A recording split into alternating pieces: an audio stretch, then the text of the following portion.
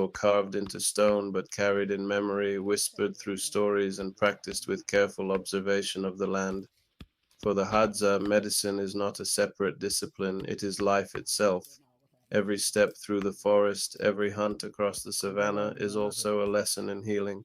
The plants they gather, the honey they harvest, the roots they unearth, and the animals they track are all bound to their understanding of health and survival. Illness, injury, or weakness is never seen as random misfortune. It is part of the ongoing dialogue between people and the natural world, a reminder to respect the balance that sustains them, nature as the first healer. The Hadza know the land with an intimacy most of us can scarcely imagine. A child growing up in the tribe quickly learns to recognize the shapes of leaves, the bitterness of certain roots, the sweet scent of medicinal flowers, and the sharp warning of toxic plants. By adolescence, they can identify dozens of species not just by name but by their specific powers. The baobab tree, immense and ancient, towers as a symbol of nourishment and healing. Its fruit pulp, rich in vitamin C, strengthens the body against weakness and disease. Its leaves, crushed and applied as poultices, are said to draw out infection from wounds. The fibrous bark, when prepared correctly, can soothe fevers. Wild tubers, buried treasures beneath the dry earth, are more than food.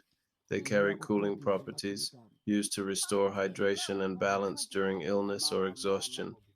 Elders tell children that the earth hides medicine underfoot, teaching them that digging carefully is an act of trust between the people and the land. Honey, prized above almost all else, is medicine, food, and spiritual nourishment. The Hadza brave stings and climb perilous trees to reach wild hives, guided at times by the remarkable greater honey guide bird, which leads them to hidden nests. Honey is applied to wounds to prevent infection, consumed to soothe sore throats, and mixed with herbs to fortify the sick. To the Hadza, honey is life-giving sweetness, a gift meant to heal both body and spirit, healing through knowledge and ritual. Traditional healing is guided not only by practical experience but also by a sense of reverence. Some illnesses require not just herbs but ritual acts of balance, songs sung, prayers whispered, or a healer's touch to guide recovery. The healer, often an elder who has spent decades listening to the land, becomes a bridge between knowledge and spirit. For stomach pain, bitter roots are chewed directly, their taste both remedy and warning that strength comes with discipline. For respiratory issues, leaves are burned and the smoke inhaled to clear the chest.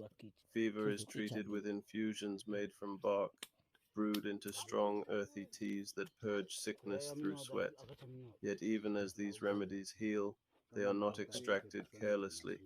To take medicine from nature is to engage in relationship.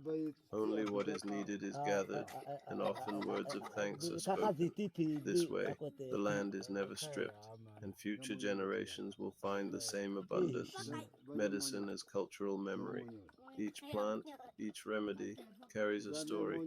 Elders tell of how ancestors discovered a certain root during a time of famine, or how the bark of a tree cured a fever that once swept through the camp. These stories are not mere folklore.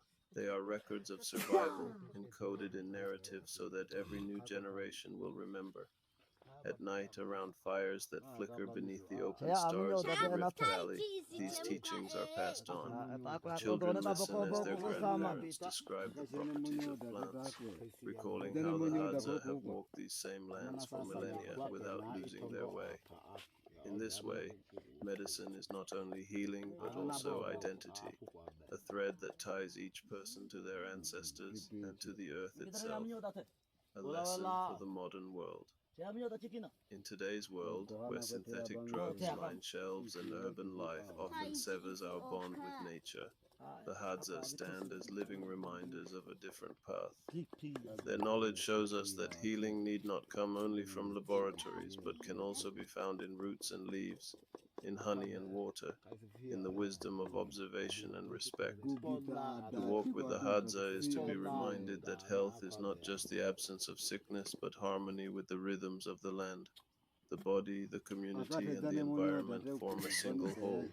Their remedies are not relics of a forgotten past. they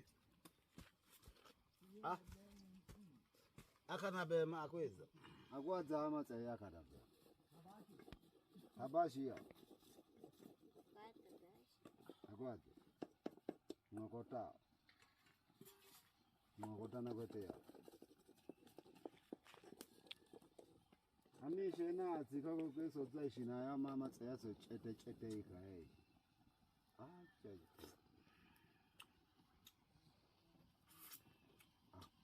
Kuwa monyozi. Ona ngeza kama monyozi.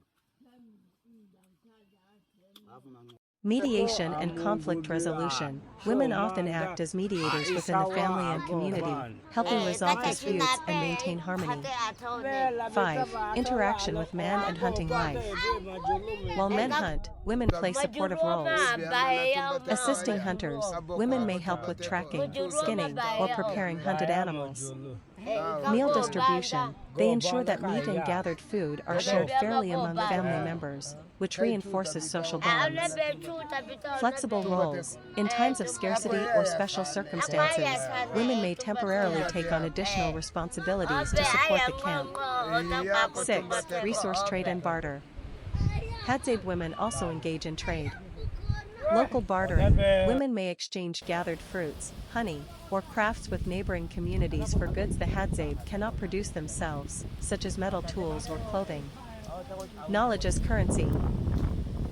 Women's expertise in plants, herbs, and medicinal knowledge is sometimes sought by outsiders, giving them influence beyond the immediate camp. 7. The daily rhythm. A Hadzabe woman's day is structured around survival, community, and family. Early morning, collect water, prepare children for the day, and check camp conditions. Morning to midday, gathering wild fruits, tubers, and honey, teaching children about plants and the environment. Midday, return to camp, prepare meals, and share food with the family. Afternoon, assist in household chores, maintain fires, care for the young, and engage in social or ritual activities.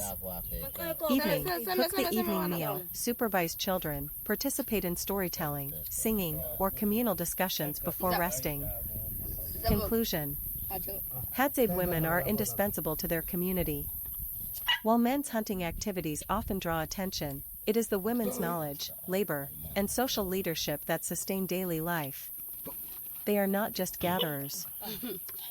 They are caregivers, educators, healers, cultural custodians, and the glue holding the nomadic community together.